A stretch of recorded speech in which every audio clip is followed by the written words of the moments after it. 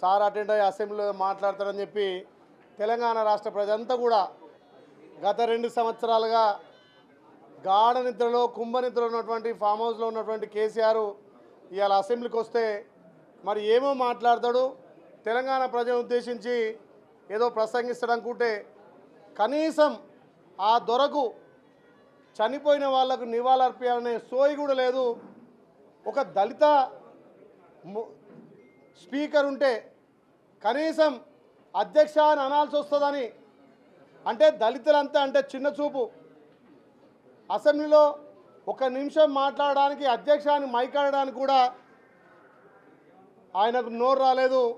మరి అలా దళిత పట్ల తెలంగాణ ప్రజల పట్ల ఎంత వివక్షత ఉందో ఇవాళ కేసీఆర్ గారు అసెంబ్లీకి వచ్చే తీరు చూస్తుంటే కనీసం ఇవాళ 0 అవర్లో సుమారు 70-80 మందికి ఎమ్మెల్యేలకు మంత్రులకు అవకాశం ఇచ్చి ఆయా నియోజకవర్గాల సమస్యల గురించి మాట్లాడుతుంటే కనీసం ఆయన ఎన్నుకున్నటువంటి గజ్వేల్ నియోజకవర్గ సమస్యలు కూడా ప్రజల దృష్టికి కానీ ప్రభుత్వం దృష్టికి తేనటువంటి మరి ప్రతిపక్ష నాయకుడు ఏదో ప్రబల్బల్కి వాళ్ళ సోషల్ మీడియాలో వస్తుండు కేసీఆర్ ఏం చేసిండు?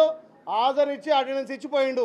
అది కూడా ఆయన నెల జీతానికి ఆయన సభ్యత్వాన్ని కాపాడుకోవడం కోసం ఫామ్ హౌస్ నుంచి వీరుడు బయలుదేరి 1 నిమిషం కూర్చున్నాడు, లేచి వెళ్ళిపోయిండు. చనిపోయిన వారికి గతంలో రాష్ట్రాలకు సేవ చేసిన వాళ్ళకు కూడా నివాళులర్పణ దౌర్భాగ్య స్థితిలో ఇవాళ ప్రతిపక్ష నాయకుడు అంటే మరి తెలంగాణ ప్రజలు అర్థం చేసుకోవాలి.